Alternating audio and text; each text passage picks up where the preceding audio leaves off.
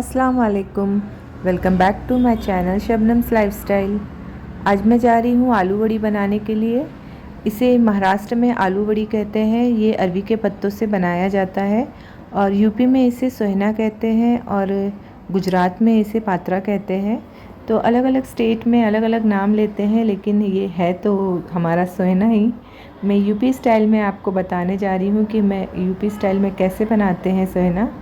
और सबसे पहले हम इसे अच्छी तरीके से वॉश कर लेंगे, क्योंकि इसमें बहुत मिट्टी वगैरह लगी रहती है। अब मैंने पत्तों को अच्छी तरीके से वॉश कर लिया है और मैं पहले अब इंग्रेडिएंट्स पे नज़र डालते हैं। ये चावल और दाल मैंने रात में ही भिगो कर रख दिए थे। हम यहाँ पे वाइट उड़द भी ले सकते हैं, पर मेरे पास काला उड़द रखा था तो मैंने वही ले लिया है। अब मैं इसके छिलके को वॉश करके निकाल दूँगी। और ये लाल मिर्ची, ज़ीरा, लहसुन, ये सारी चीज़ें हम लेंगे और इन सब को हम पीस लेंगे। मिर्ची को हम अपने टेस्ट के अकॉर्डिंगली लेंगे। अगर हम चाहें तो ग्रीन चिली भी ले सकते हैं। और ये है खटाई। ये कैरी को काट कर बनाया जाता है। यूपी में इसे अक्सर हर यूपी वालों के घर में ये आपको नज़र आएगा। इसे हम इसकी जगह, ये ऑप्शनल है, अगर हम चाहें तो इसकी जगह अमचूर पाउडर भी ले सकते हैं। और मेरा इसका खटाई का जो गुठली है वो बहुत कड़क है, तो मैं इसके लिए उसे नहीं पीस रही हूँ, वो बारीक नहीं होगा। तो मैं उसका जो मेन जो ऊपर का जो पार्ट है मैं उसको कट करके निकाल रही हूँ और वो मैं पीस लूँगी।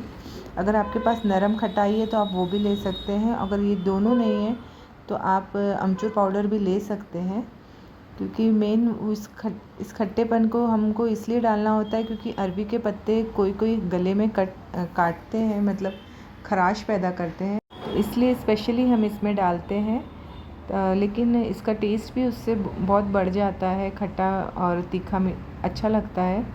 और अब हम इसको इस तरीके से कट कर लेंगे, क्योंकि ये जब हम रोल करने के टाइम थोड़ा मुश्किल होती है तो पत्ते फट जाते हैं। तो ये जो कड़क पार्ट होता है उसका वो हम निकाल देंगे। मेरे पत्ते आकर थोड़ा मतलब 2 दिन हो गया था, मैंने बनाया नहीं था, इस वजह से मेरे पत्ते थोड़े से मुरझा रहे थे। लेकिन अब मैं सारे पत्तों को अच्छी तरीके से इस तरीके से कट कर लूँगी। इस प्रोसेस थोड़ा टाइम कंज्यूमिंग है, लेकिन बहुत टेस्टी बनता है।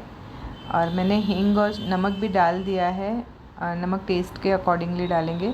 अब मैंने गर्म पानी होने के लिए रख दिया है, उस पर इस तरीके की जाली आती है वो मैंने रख दिया है। तो अब हम स्टीम के लिए हम तैयार कर रहे हैं उसे। अब मैं पत्तों को लपेट लेती हूँ। तो इसका ये प्रोसेस होता है कि हम इस तरीके से उसे अच्छी तरीके से मसालों को लगा देंगे और उल्टा और सीधा ऐसा इस तरीके से पत्तों को सेट करेंगे, तो पत्ते नहीं खुलेंगे आसानी से। तो इस तरीके से अब मैंने इनको लपेट रही हूँ। और इसका ये जो मेन काम यही है, ये लपेटना बहुत इम्पॉर्टेंट है, इसका सही तरीका होना बहुत ज़रूरी है। और इस तरीके से हम ऊपर भी मसाला लगा लेंगे ताकि वो बिल्कुल भी ना खुले। जब स्टीम से वो पक जाएगा तो अच्छी तरीके से सेट हो जाएगा, फिर वो नहीं खुलेगा।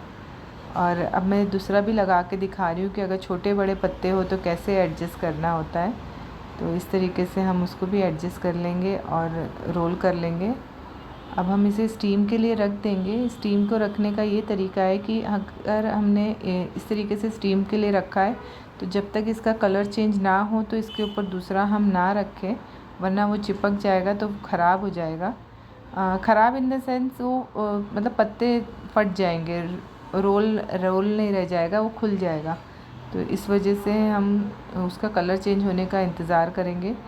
और मैंने थोड़ा सा एक में एक्सपेरिमेंट कर रही थी कि गुड़ डालकर, क्योंकि मीठा भी ये बनता है, तो मैंने सोचा मैं भी ट्राई करती हूँ एक रोल बनाकर।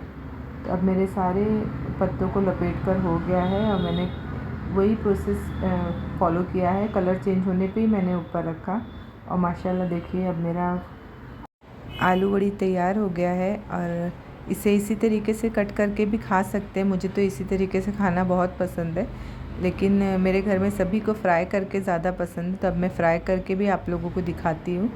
और देखिए माशाल्लाह बिल्कुल भी खुल नहीं रहा है और अच्छी तरीके से ये बना हुआ है। और इसे मैं शैलो फ्राई करूँगी, इसको डीप फ्राई करने की कोई ज़रूरत नहीं है। अगर आपकी मर्ज़ी, अगर आप करना चाहें तो कर सकते हैं। और इस तरीके से शैलो फ्राई करेंगे और वो उलट पलट के इसको अच्छी तरीके से क्रिस्पी कर देंगे, क्योंकि इसमें चावल मैंने डाला है तो उसकी वजह से ये बहुत ही क्रिस्पी बनता है, बहुत टेस्टी बनता है। इतनी मेहनत से मैं बनाती हूँ पर मेरे बच्चे इसे खाते ही नहीं हैं। आजकल के बच्चों को तो सिर्फ पिज़्ज़ा, बर्गर ये सारी चीज़ें ही पसंद आती है, लेकिन मुझे तो ये बहुत पसंद है। मेरे घर में मेरे हस्बैंड को, मेरे सास ससुर को, सभी को ये बहुत पसंद है। आप लोग भी मेरे तरीके का ज़रूर बनाइएगा। मैं कोई शेफ़ नहीं हूँ, बस मैंने अपना तरीका आप लोगों से शेयर किया है और हम यूपी वाले इसी तरीके से बनाते हैं।